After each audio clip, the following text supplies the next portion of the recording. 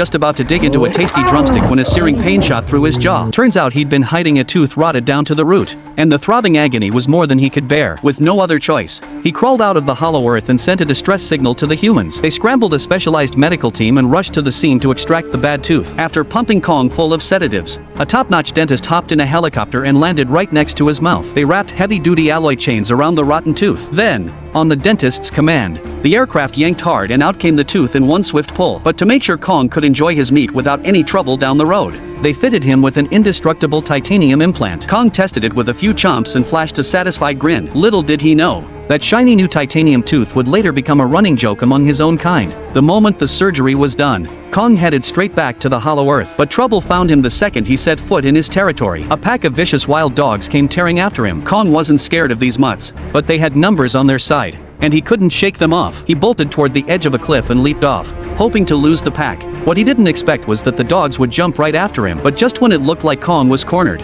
a sly grin spread across his face. He'd lured them here on purpose, and now it was payback time. One dog lunged first and dropped straight into a pit Kong had dug ahead of time before the others could react. He triggered another trap. Smoke billowed up, and massive boulders came crashing down, burying the pack alive. The dogs were nearly wiped out. Only 3 managed to escape, still glaring at him with murder in their eyes. Kong had no interest in finishing them off. He grabbed a dead dog, ripped it clean in half over his head, and let the blood rain down, a brutal warning to the survivors: stick around, and you're next. The terrified dogs bolted, scrambling over each other to get away. But Kong was now covered in foul-smelling blood and guts. Disgusted, he made a beeline for a waterfall and scrubbed himself clean. Back at his lair, he suddenly sensed a chilling, sinister energy pulsing nearby. Without hesitation, Kong dug up an ancient battle axe he'd buried years ago and snapped into combat mode. He tracked the energy signature until he reached the edge of a cliff, where an eerie blue glow flickered below. The source was down there, determined to find answers. Kong raised his glowing axe and descended step by step.